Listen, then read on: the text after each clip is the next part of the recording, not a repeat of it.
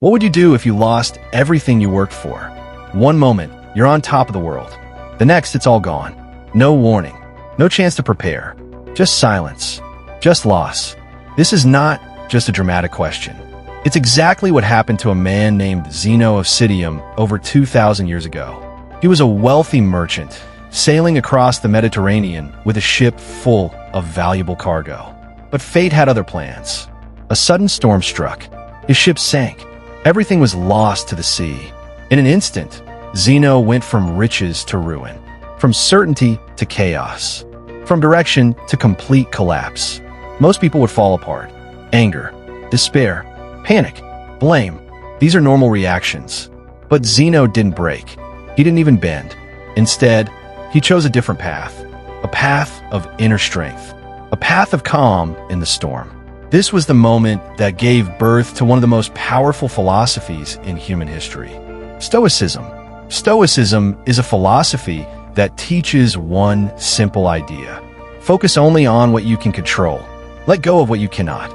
It began in ancient Greece around 300 BC. After losing everything, Zeno of Citium walked into a bookstore in Athens.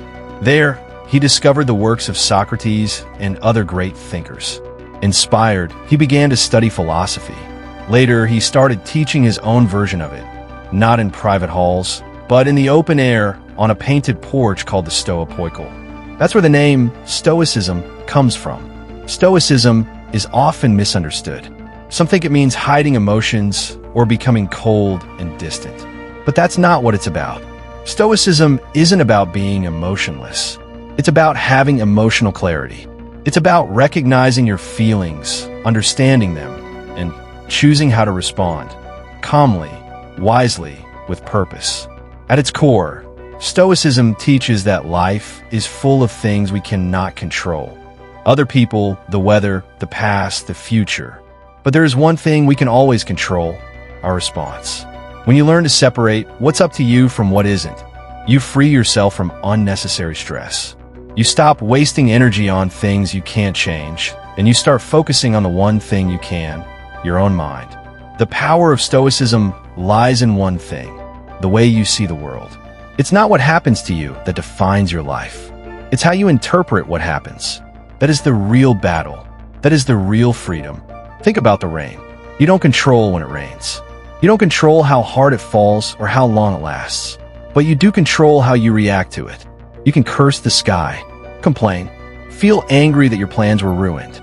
Or you can accept it, stay calm, adjust, move forward. This simple example reveals a deeper truth.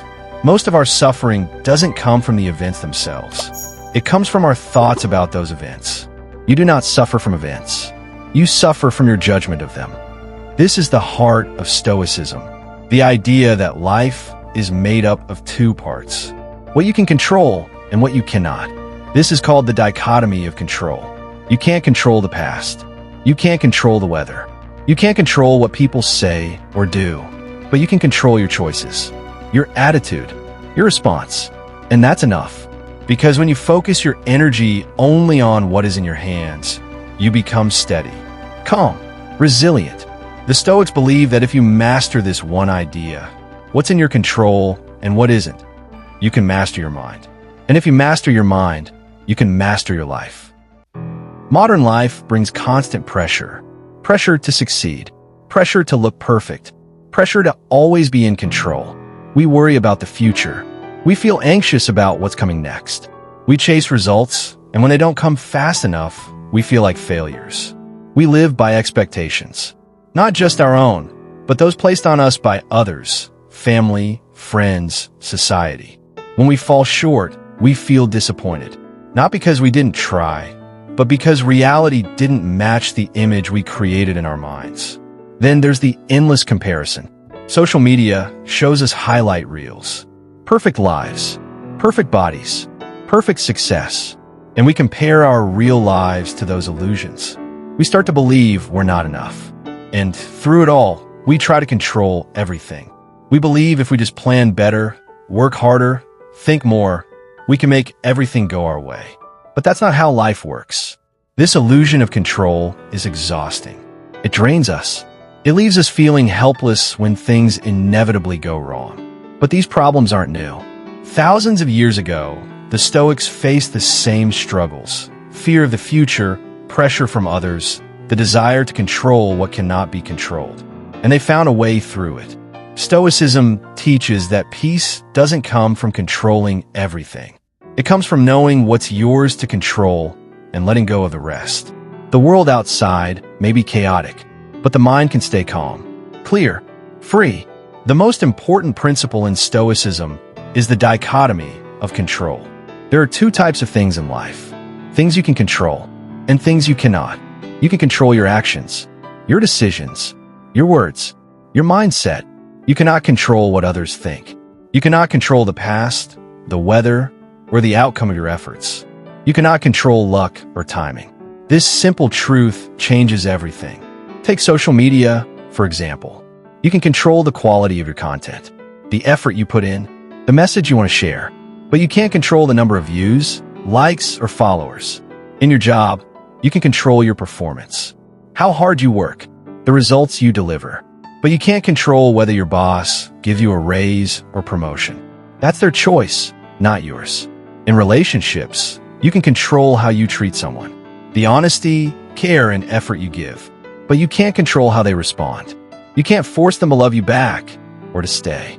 Trying to control what's not yours leads to frustration, disappointment, and pain. Epictetus said, "What does not depend on you is slavery." When you attach your happiness to things outside your control, you become a slave to chance. But when you shift your focus to what's within your control, you gain freedom. You gain power, because you're no longer shaken by every outcome. You judge your life not by what happens to you, but by how you respond. This is the path of strength. This is the path of peace. This is the Stoic way. Stoicism is built on 4 timeless pillars, for virtues that shape how we think, how we act, and how we live. The first is wisdom. Wisdom means seeing the world clearly, understanding what is real and what is just noise. It means knowing yourself, knowing your triggers, your habits, your thoughts, and most of all, it means choosing your response, not reacting with impulse, but acting with intention. The second is courage. Courage is not the absence of fear. It is the decision to move forward in spite of fear. It's the strength to do what is right, even when it's hard. To stand firm when the world pushes back. As the Stoics would say, persist and resist. The third is temperance, or moderation. It is the art of self-control. It's knowing when enough is enough. In a world that always says more, temperance says balance. To speak less, but say more. To live simply, but meaningfully. To avoid excess, not just in what you consume, but in what you desire. The fourth is justice. Justice is doing what is right, not just for yourself, but for others. It's treating people with fairness, honesty, and dignity, even when no one is watching, even when it costs you something, because justice is rooted in the belief that we are all connected. As the Stoics taught, we were made for each other. These 4 virtues, wisdom, courage, temperance, and justice, are not just ideas. They're a way of life, a compass to guide every decision, a foundation to build unshakable strength. This is the Stoic path. One of the most powerful examples of Stoic resilience comes from Admiral James Stockdale. During the Vietnam War, Stockdale was shot down and captured. He spent over 7 years as a prisoner of war. He was tortured, isolated, beaten, yet he never broke. He had no idea when or if he would ever be released, but he remained calm, focused, composed. Stockdale credited his strength to the teachings of Stoic philosopher Epictetus. He held on to one principle: control your mind, even when you can't control your surroundings. He refused to let his captors control his spirit. He found meaning in suffering. He led other prisoners. He built systems of resistance. And when he was finally released, he came back stronger, not weaker. This is the Stoic mindset in action. He couldn't control his pain. He couldn't control the years he lost, but he could control his choices, his thoughts, his response. From that extreme situation, we learn powerful lessons. That leadership is built on inner discipline. That strength comes from within. That true freedom is mental, not physical. As Stockdale once said, you must never confuse faith that you will prevail in the end with the discipline to confront the brutal facts of your current reality. That is Stoicism, clarity, strength, endurance, even in the darkest hours.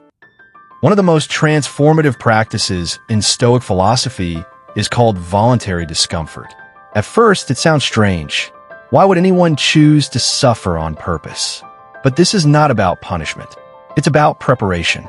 It's about training your mind to be strong when life gets hard, because it will. The Stoics believed that comfort, when constant, weakens the soul. When we always seek warmth, ease, luxury, and security, we forget how capable we really are. So they challenged themselves on purpose. They would sleep on hard floors instead of soft beds.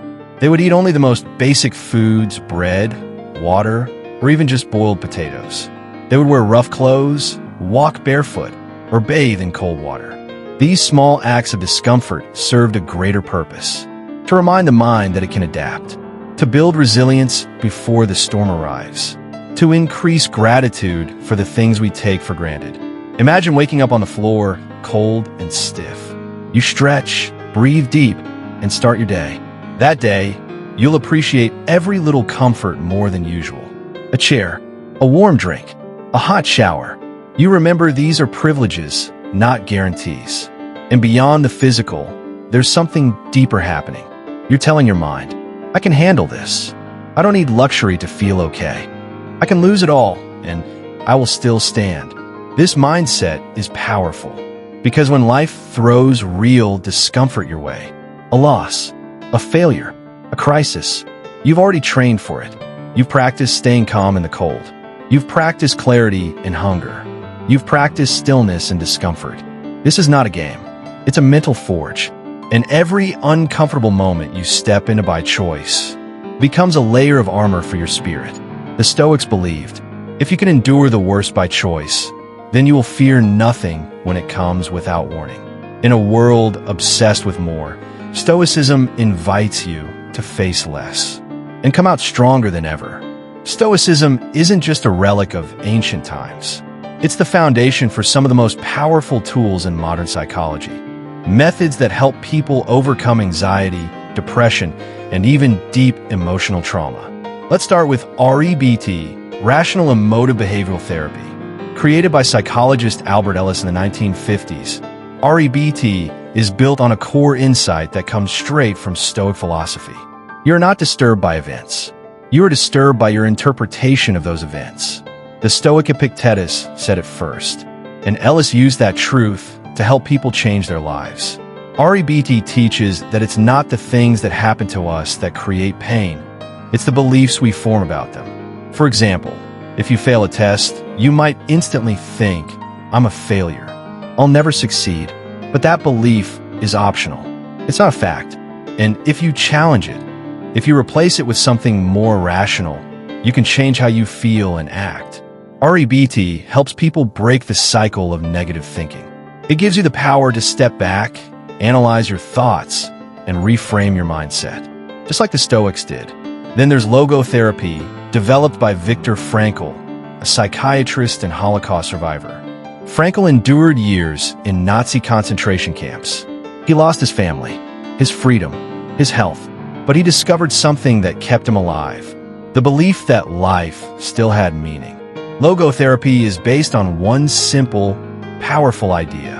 Humans can survive almost anything as long as they have a purpose. Even in suffering, there is meaning. Even in pain, there's a reason to continue. Frankl's philosophy is pure Stoicism in action. The Stoics taught, you don't control your circumstances, but you always control how you respond. And in that response, you can choose your purpose, your direction, your growth.